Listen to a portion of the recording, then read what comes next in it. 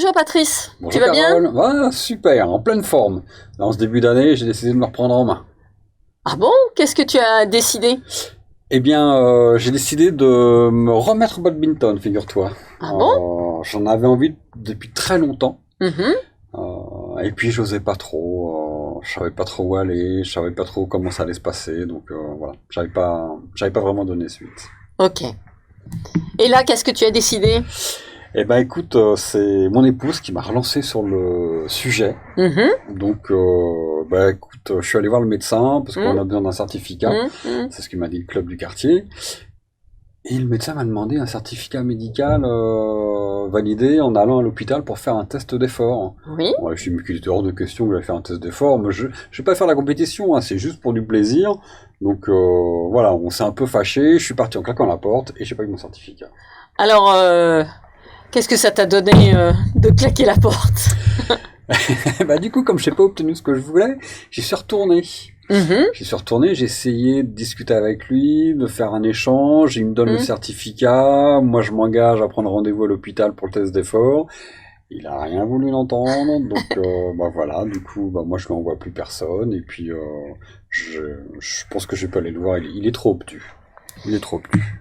Alors, sans vouloir te blesser, hein, Hmm. je pense que toi aussi t'es un peu obtus là dans cette situation, non? Ouais, c'est ce que je me suis dit. Et puis en fin de compte, voilà, j'ai fini par entendre ce qu'il me disait. Donc j'ai pris en compte son avis et puis aussi pour moi parce que je pense que c'est important de prendre des sécurités avant de Mhm. s'engager dans une activité qui est quand même assez physique. Et voilà, donc finalement c'est pour ça que je suis retourné le voir, je vais faire le test d'effort, il va me donner mon certificat et je vais pouvoir aller m'amuser au badminton. Alors là, tu as balayé, en fin de compte, dans cette situation, les 4 comportements types. Au démarrage, tu as eu plutôt ce qu'on appelle une posture de paillasson, c'est-à-dire, en fin de compte, dans la fuite, dans la peur, qu'est-ce qu'ils vont dire, comment ça va se passer, etc. Donc du coup, je fais pas de sport. Ensuite, bah là, plutôt la posture hérisson, c'est-à-dire, en fin de compte, tu es allé agresser ton médecin, tu lui as dit que voilà, il fallait pas un test d'effort, etc. Autrement dit, tu as été plutôt agressif envers lui. Et enfin, tu as joué un peu au polisson en troisième posture, où en fin de compte, tu es allé négocier en fin de compte le certificat médical et le test d'effort. Ouais, Pour quel résultat? aucun. Aucun. D'accord. Et puis enfin, tu as adopté ce qu'on appelle l'assertivité, une posture assertive. C'est-à-dire, en fin de compte, tu t'es rendu compte que bah, dans ces 3 situations, enfin dans ces 3 comportements, c'était plutôt toi qui perdais hein, et tu ne te respectais pas, Ouais. tu respectais pas tes besoins, en fin de compte, de faire du sport, etc. Et donc, tu as adopté la 4e possibilité pour nous, qui est d'avoir une posture assertive. D'accord. C'est la même chose dans le travail? Et oui, et ça c'est très important justement.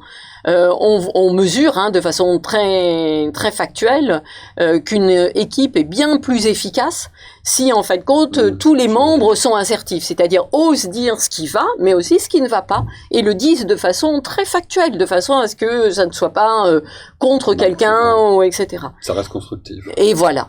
Et comment est-ce qu'on devient plus assertif? Eh ben, on fait comme toi, c'est-à-dire la première chose, c'est d'abord de prendre conscience, voilà, qu'il y a quelque chose qui va pas, que c'est pas confortable, que Ça ne répond pas à mes besoins. ça ne répond pas à tes besoins, tu as le sentiment de pas être respecté, d'accord? Et puis après, ben, il faut travailler sa confiance en soi. Et là, il y a différents outils qui sont à la disposition pour pouvoir développer cette confiance en soi. D'accord. D'accord. Et donc j'imagine que quand on est dans une équipe avec de plus en plus de personnes qui ont justement cette attitude assertive, c'est modélisant pour tout le monde pour libérer la parole. Exactement, exactement. Ok. Voilà. Eh ben c'est génial. Merci beaucoup Carole. Eh ben, avec plaisir, Patrice. À bientôt. Au plaisir, au revoir. Au revoir.